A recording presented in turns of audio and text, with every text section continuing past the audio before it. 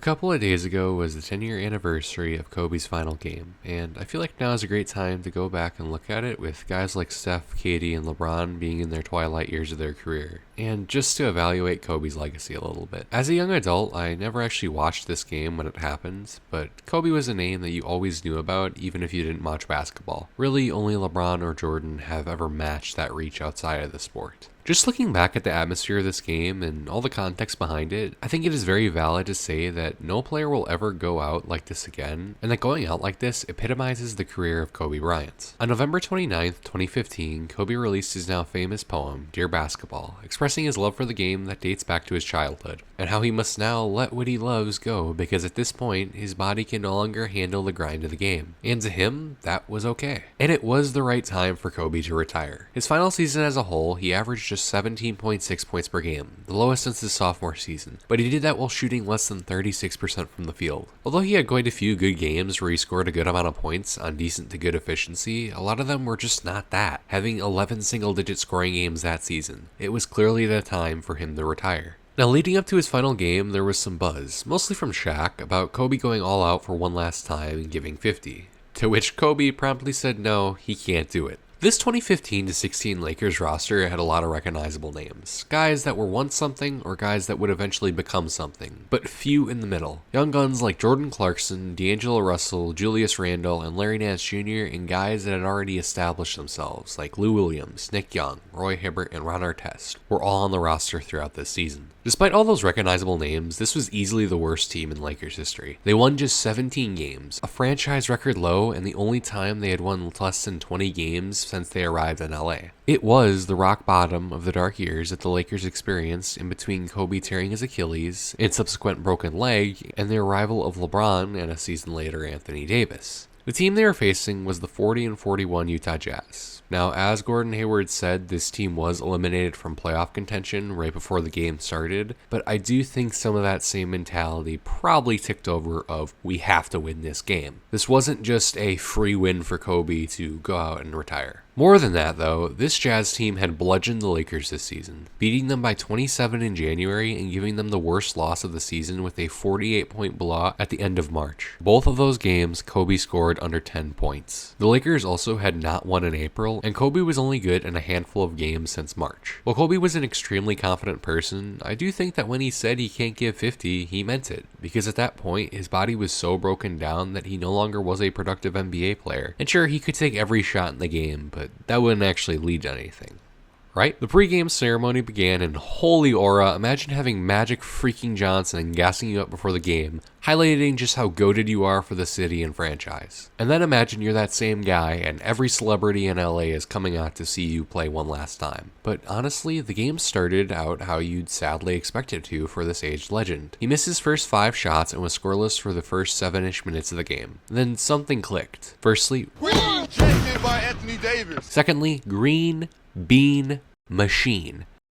What you young bucks know about foul drawing? Kobe had already scored about as many points as he had in half of the games that season in the first quarter. Maybe 50 was actually in the cards. 9 more minutes of game time passed before Kobe would score again with this, and he ended the half with 22 points on 35% shooting. He was clearly going to have a high scoring night. Efficient, probably not, and with the Jazz holding a 15-point lead going into the half and needing a win, the likelihood that he goes out as a winner is growing slimmer by the minutes. But if you know anything about Kobe, he's gonna shoot that thing. You get a bucket, you get a bucket, you get a bucket. Everybody around gets a bucket. Kobe scored 15 points in the third quarter, bringing his total for the game up to 37, just 1 point less than the previous season high. More than that, he did it efficiently, struggling from 3, but getting whatever he wanted inside the arc. The lead was cut down to 9, and smelling blood in the water, Kobe decided to be, well, Kobe one last time and deliver his finest when his team needed it the most. He hit 3 of his 6 threes in this quarter and would again reach a field goal percentage of 50%. He hit 40 points at 9:30 left in the fourth quarter, the first game where he surpassed that mark since November 2014. He was going blow for blow with the Jazz and even dishing it out a bit, leading the Lakers to be within 3 by the 5:41 mark. And then the Jazz would rally at a 7-0 run behind some missed Lakers shots, and all of a sudden it was back to a 10-point game. Kobe finally broke the Lakers' cold streak, but the Jazz would answer right back.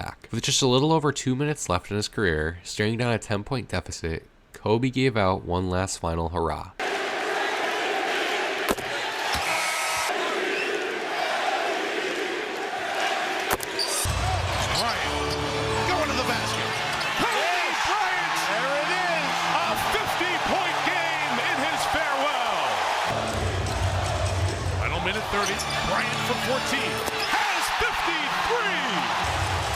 the Lakers' last tip.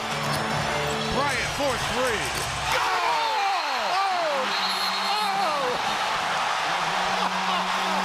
One last gamer.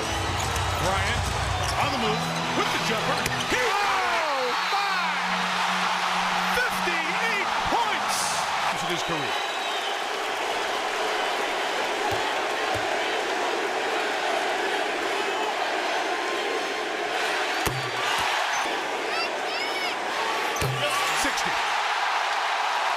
A 13-0 run, all done by himself, capped off by a Jordan Clarkson slam and assist. It was the first time he had scored 50-plus points in a game in over 7 years, and what better way could he end his final post-game speech in the purple and gold? Can I say, Mamba out?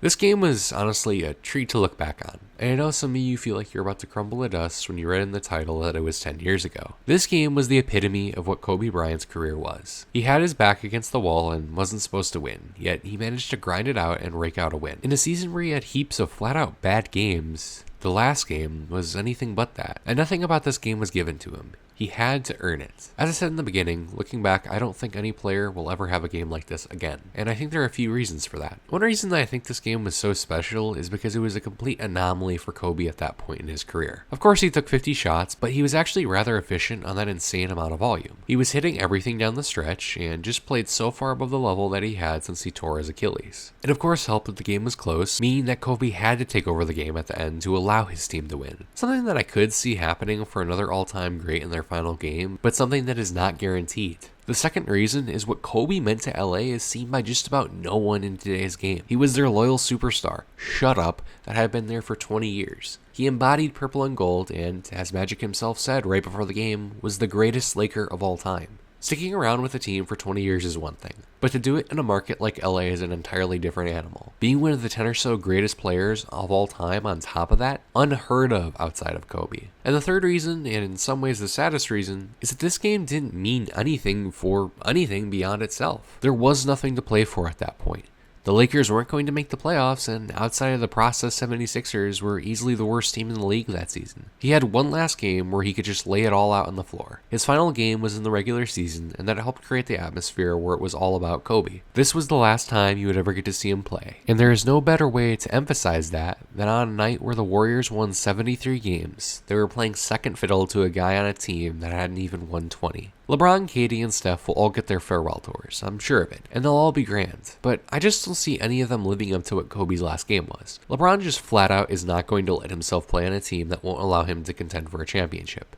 If he leaves LA, he's going to play in Cleveland, and the Cavs are of course more than capable enough to make a run in the playoffs. And I also don't picture LeBron being as inefficient of a player as Kobe was at the end of his career. Partly because I think next year is probably going to be his final year, but also because that just isn't what LeBron has ever been about. LeBron will likely go down fighting in the playoffs, giving one last charge to keep his odds of winning his 5th championship ring alive.